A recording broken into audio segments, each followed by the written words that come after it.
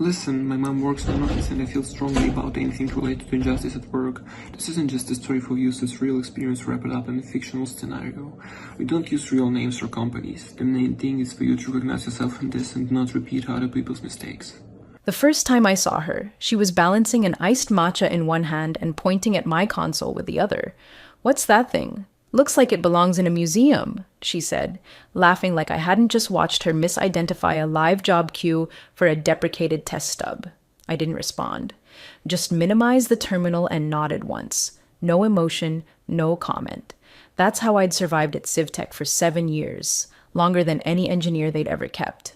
But I knew the second she mispronounced Corebridge that my time was up. She'd been hired to modernize infrastructure, which apparently meant bulldozing anything not built in the last 18 months and replacing it with flavor-of-the-week architecture that looked good on pitch decks. Her slides were pretty, full of buzzwords. DevOps, microservices, serverless edge computing. She tossed them around like glitter at a tech conference, and none of it meant a damn thing when the grid hit peak hours and milliseconds started costing 7 figures. Look, before we go further, I need you to do one thing, just one. If you're still listening, if any part of this already feels too familiar, tap that subscribe button and like the video. It's a tiny thing, but it helps more than you know. Keeps stories like this alive. Keeps our team building more of them. Anyway, back to the disaster. Brielle's first order of business was a mandatory audit of legacy systems. That was code for my code. She brought in a team of fresh grads who tore through my repositories like kids with scissors in a library, commenting useless questions into production-critical files and stripping out security wrappers they didn't understand. One even tried to recompile Corebridge without the vendor hooks active. Crashed the staging environment. I patched it. Quietly. No thanks. A week later, Brielle called me into her glass fishbowl of an office. Said I wasn't being collaborative enough. Told me she needed adaptive thinkers who can pivot fast. I asked her if she'd ever tried pivoting while 10,000 automated trades hit your pipeline at 4 a.m. on a Friday during an ERCOT pricing event. She laughed. "Come on, it's not that sensitive." She had no idea, and I wasn't going to explain it to someone who'd never written a persistent locking mechanism from scratch. I went home that night and pulled out the folder, the one I hadn't looked at in 4 years. Severin Systems LLC, my consultancy, the one CivTech had signed a licensing agreement with back when they begged me to onboard Corebridge in the first place. Most of them had forgotten. They thought I was staff. I never corrected them, because I didn't need to own the org chart to own the infrastructure. 2 days later, she stood up in the Monday sync and said, "We'll be sunsetting legacy modules. All team leads are expected to contribute to the migration plan. No exceptions." I didn't raise my hand. I didn't blink. I just started backing up my private repo logs and transferring my vendor access credentials to cold storage. Not because I was scared, because I knew what was coming. Brielle wasn't going to phase out my code. She was going to delete it. And when she did, everything would come down with it. They came in like locusts. 20-something engineers with MacBooks covered in startup stickers, popping into my Git branches like they were cracking open soda cans. Every hour, I'd get a diff alert with lines highlighted in red. Refactored for clarity, removed legacy wrapper, simplified conditional path. Which was cute until one of them wiped a dependency chain that authenticated internal admin actions during multi-region trade spikes. I fixed it. Silently, like I always did. But they didn't stop. Brielle had given them a green light to clean up. They took that to mean rewriting battle-tested protocols as if GitHub stars mattered more than uptime. One guy tried converting the rate limiter into a Node.js microservice. The entire queue choked under load simulation and took down our dev pipeline for 3 hours. I patched it. Again. No thanks, no acknowledgement. Just an emoji in Slack. That's when she called me in. Glass walls, ergonomic furniture, one of those minimalist desks with no cables showing, and a scented diffuser puffing bergamot into the air like it could neutralize the stench of arrogance. She didn't look up at first, just swiped through something on her tablet and gestured to the chair across from her. "So, you've seen the roadmap." I nodded once. "We're migrating by Q3, full re-architecture. You'll need to start porting your modules, or, if you prefer, document them for transition." I sat back. "Brielle, Core Bridge has live licensed vendor hooks and regulator-specific callouts. You remove a single endpoint without mapping it, and we're not just down. We're in violation. She smiled like I was a child explaining why Santa still mattered. We'll sandbox it first. You've got backups, right? I looked at her for a long moment, then leaned forward, elbows on knees. Just make sure legal's on board before touching anything named Core Bridge. That got her attention. The name rang a bell, but not loud enough. She narrowed her eyes. Why? Because it's under clause control, I said. She scoffed. Please, it's code, not property. I didn't correct her. That wasn't my job anymore. She waved a hand.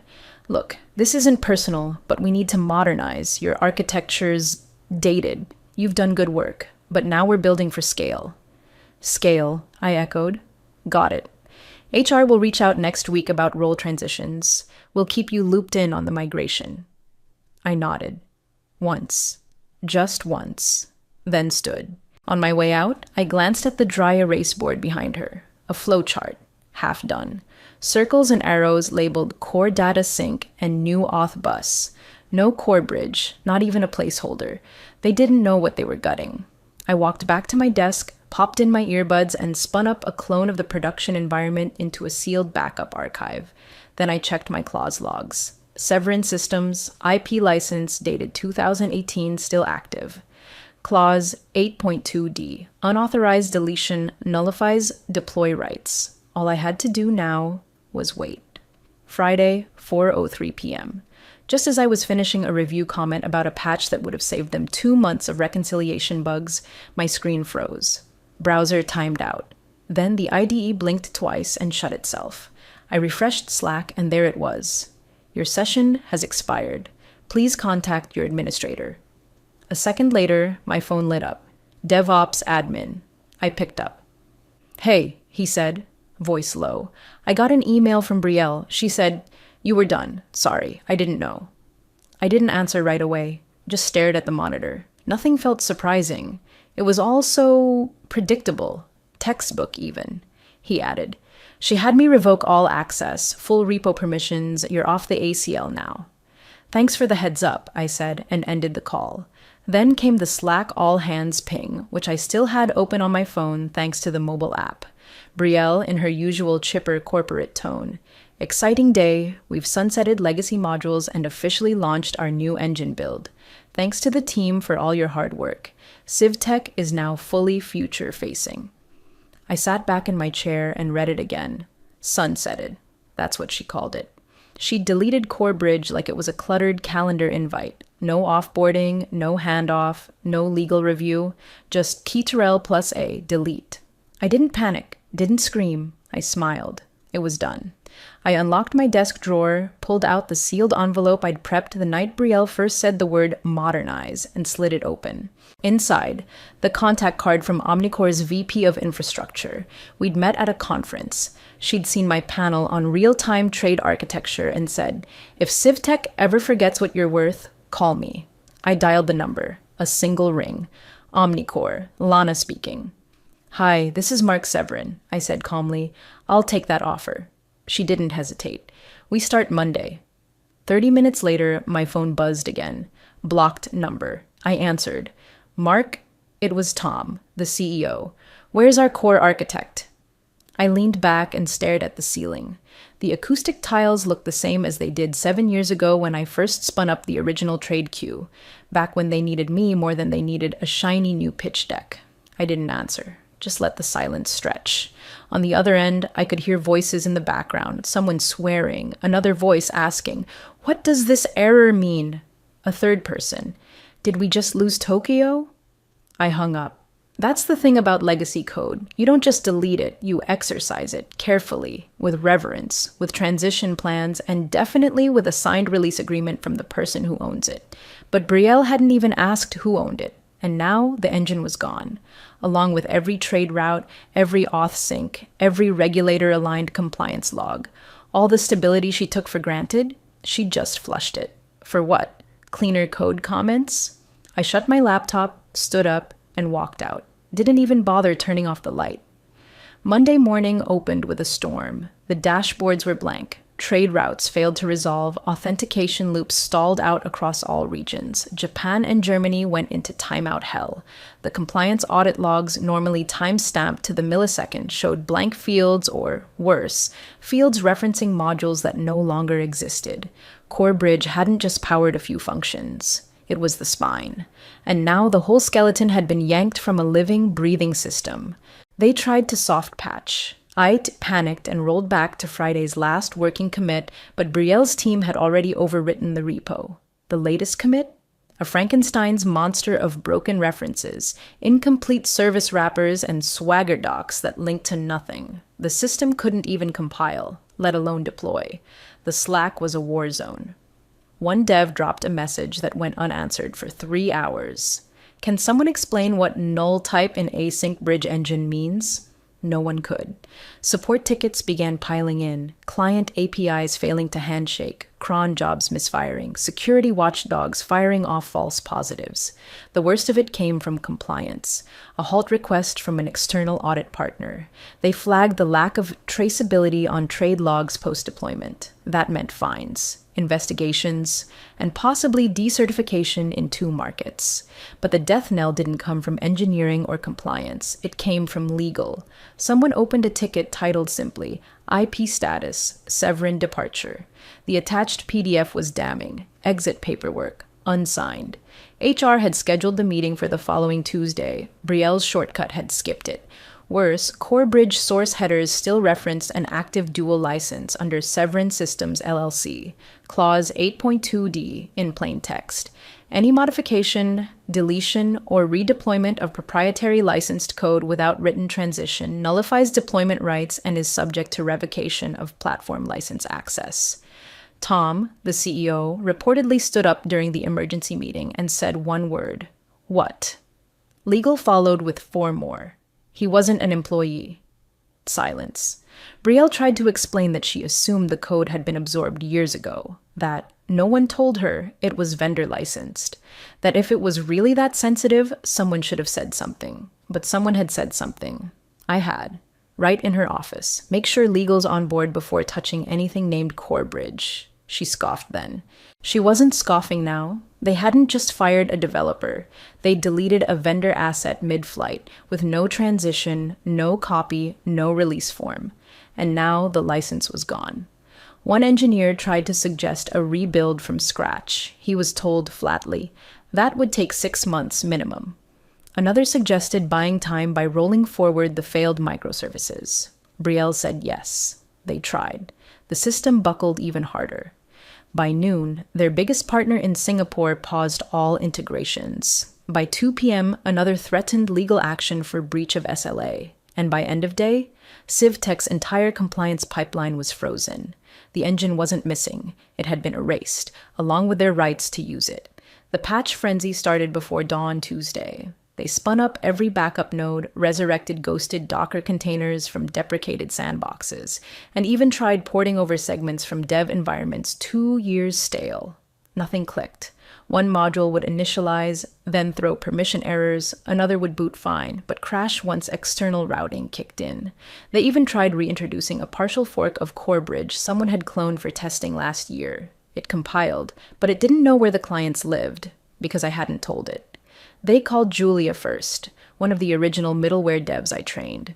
She listened patiently, then said, I'm under NDA. Severin LLC owns my consulting clause. You'll need permission from them. Then she hung up. They called Mike, offered double his old rate. He asked if the license was still valid. When they hesitated, he said, then I'm not touching it.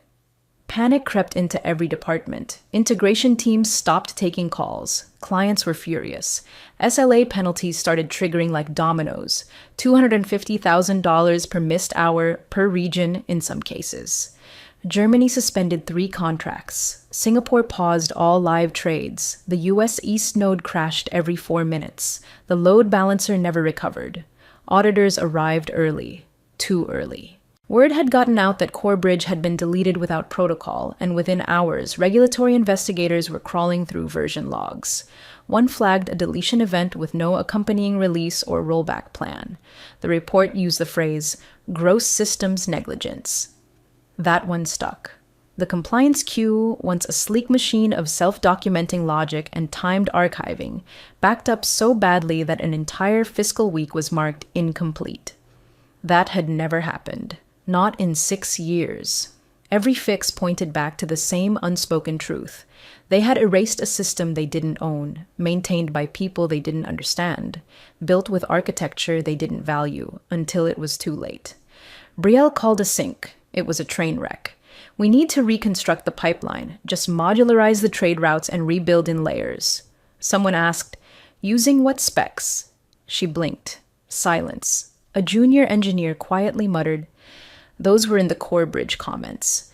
Then the COO, normally the loudest, most bullish voice in the room, raised a hand. A simple question. "Wait, did we ever confirm code ownership before deleting it?" No one answered. He looked around, first at legal, then at HR, then finally at Brielle, whose eyes stayed fixed on the table. Seriously, did anyone verify the clause terms on that engine before she purged it? Legal finally spoke. "We assumed it was internal IP. There was no update from HR on the vendor file." "That's because HR never filed the exit paperwork," someone whispered. The room sank under its own weight. One by one, departments realized what had happened. Compliance couldn't move, IT couldn't restore, and engineering couldn't rebuild. Because all of them had relied on a scaffold none of them controlled. They had moved fast and broken everything. The moment Clause 8.2d surfaced, the tone inside CivTech shifted from panic to dread. Buried in a red folder scan from Legal's 2018 archives, under a long-expired Dropbox link labeled Legacy Partnership Frameworks, the clause sat like a landmine no one thought to defuse. Simple language, surgical in its clarity. Unauthorized modification, deletion, or replacement of proprietary engines without written transition and transfer of IP nullifies existing operational licensing. There it was. No tech jargon, no ambiguity. Just a contract written by a younger me who'd learned the hard way that vendor meant nothing without teeth. They were in breach. No handshake would fix it now. The moment they deleted Corebridge, without transition documents, without a formal offboarding, without a licensing transfer, they'd vaporized their right to run it. 10 business days. That's all they had to negotiate reinstatement before Clause 8.2d triggered full termination of platform deploy rights. Not just for CivTech's main engine. All 3 environments built on my framework. Civ Trade, Civ Audit, and Civ Secure. By day 2, their compliance firm froze renewals. No new certs, no audit confirmations, no traceability guarantees. Their fiscal pipeline, already paralyzed, now faced decertification by quarter's end. By day 3, clients noticed. 2 major partners issued formal breach notices. One requested emergency termination without penalty, citing systems instability and regulatory non-compliance. By day 4, an investor called for a special audit. They wanted to know who greenlit the platform purge. They wanted Brielle's name. And they wanted answers on why their flagship architecture was now a legal liability with a rapidly approaching nuclear deadline. That morning, I was in a meeting at Omnicore, helping reroute a real-time fault-tolerant system for their energy forecasting model, when my phone buzzed. Unknown number, text only, from Brielle. "Can we talk?" No punctuation, no apology, no context. I stared at the message for a moment. Imagined her in that glass office, the one she'd filled with inspirational quotes and startup books she never read. Wondered if the diffuser was still running while the floor caved beneath her. I didn't reply. Didn't need to. Because the next clause in the contract said it best. Failure to respond to reinstatement notice within 10 business days shall be interpreted as a final refusal, subject to damages. And I had documentation for everything. Version logs, commit trails, access revokes, email chains, even my Slack transcript from the day DevOps locked me out. She'd wanted a clean slate. Now she had one. Wiped. Legally. Permanently. And unless they came back to my table, on my terms, that blank slate would stay blank. Omnicore's onboarding packet arrived with zero ceremony and a lot of precision. NDA, access credentials, VPN token, one internal memo welcoming M. Severin, Senior Systems Architect, and noting my domain authority for back-end architecture reviews. I logged in Monday morning just after 9. No cake, No fanfare. That's how I liked it. By 9:50, I'd already reviewed the proposed data schema for their energy allocation model and flagged 3 inefficiencies. By noon, I had restructured 2 data bridges, reducing API latency by 38%. My new team pinged me once in Slack. Wow, that was fast. I replied with a thumbs up emoji and kept working. Meanwhile, over at CivTech, they were drowning. Brielle had gone quiet, completely off Slack, off calendar. Internally, I imagined they were rebranding her disappearance as focus time. But the board knew better. Investors had started asking questions. 2 clients were threatening arbitration. And no one could explain how their core trading architecture disappeared overnight, with no plan, no backup, and no legal fallback. That's when they reached out. Not to me, to my attorney. The email arrived mid-morning, formal, tense, desperate in its restraint. Would Severin LLC consider reactivating legacy licensing under a modified scope of use? My attorney, a calm man with a memory like a filing cabinet, didn't flinch. He drafted the reply with the same icy precision I'd used building the original scaffolding. Our client is open to reinstatement discussions under the following conditions: full arrears, payment for licensing gap, effective from breach date. Reinstatement fee, calculated against platform downtime and SLA penalties incurred by client operations. A signed acknowledgement of Clause 8.2d and its applicability. Offer valid for 5 business days. No room for bartering. No apology clause, just the facts, the price, and the clock. They responded within hours. Agreed, grudgingly, but agreed. Because at that point, they didn't have leverage, they didn't have core bridge, and they didn't have anyone who could rebuild it in under 9 months. And the reinstatement fee? It matched my entire annual compensation before they wiped me out, plus damages, calculated by a third-party neutral firm. Suddenly, the name they ignored in team meetings was showing up in budget line items with 6 zeros behind it. They still didn't speak to me directly. But Brielle's silence said everything. She'd underestimated how deep the architecture ran, how wide the licensing clause reached, and how quietly I'd built a name powerful enough to walk out the door and still own the room. The boardroom lights reflected off polished glass and nervously shuffled printouts. Everyone was muted on the call at first, just the shuffle of papers, the occasional throat clear, and the CFO's tired breathing over the speaker. Then he spoke. Slide 1 clicked onto the screen. System instability source, core bridge removal. Slide 2, operational breach of clause 8.2d. Slide 3, vendor reinstatement cost, 3.7 M plus penalties, projected Q2 impact. The numbers hung there, quiet as a confession. No spin, no excuses. Just failure, quantified and time-stamped. The CEO leaned forward, his voice low but sharp. Brielle, you deleted it? She straightened in her chair, clearly prepared with some PowerPoint-polished rationale. It wasn't deletion, it was replatforming, a technical modernization initiative approved by legal cut in, calm, precise. The moment she purged that engine without a signed IP transition, she voided operational access. The platform was under a dual license vendor clause. Mr. Severin warned her, in writing. The room stilled. The CEO blinked. He warned you? Brielle opened her mouth, closed it. Legal added, we confirmed the time-stamped Slack transcript. And the signed Severin Systems license, it's enforceable. She was aware. The chairman pinched the bridge of his nose. Why didn't this trigger a legal review before changes were committed? Legal replied flatly, because Brielle greenlit direct edits without process. She pushed her own team's commit to production. The override bypassed risk protocol. Brielle tried to jump in again. That protocol was outdated. Clearly it wasn't, the CFO said, not looking at her. Then someone noticed. Lower corner of the Zoom screen. My name. Blinking quietly. Mark Severin, observer. No camera, no mic, no wave, just presence. They'd invited me, at legal's insistence, to acknowledge receipt of the reinstatement terms. No discussion, no gloating, just documentation. The CEO glanced toward the screen, then looked away. He cleared his throat, tried to salvage composure. So, we're reinstating access. We've agreed to the payment terms. Legal confirmed. Funds are processing. Clause 8.2d, compliance will be reestablished upon confirmation. Then, in the silence that followed, the COO asked a simple question.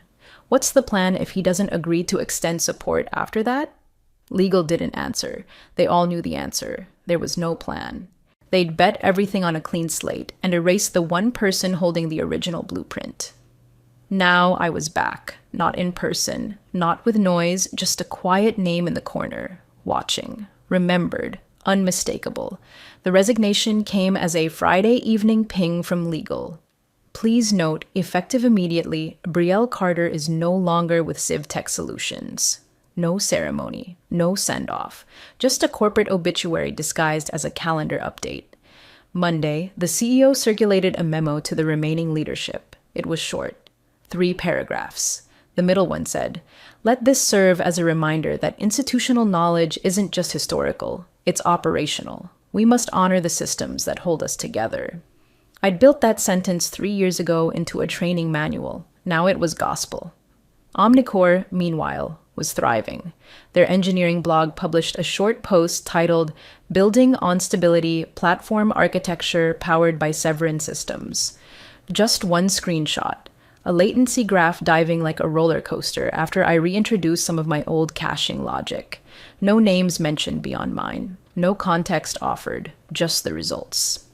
Back at CivTech, they started mopping up. I wasn't watching, at least not actively, but the breadcrumbs made their way to my inbox anyway. A few quiet messages. A forwarded deck someone thought I should see. Then, one afternoon, a clean note from their new interim tech lead. Subject: Legacy Scaffolding. Hi, Mark. We're beginning phased migration back to core bridge structure. Honestly, thanks for the documentation. It still runs better than anything we built post-rewrite. Minimal refactoring required. Cleanest logging we've ever had.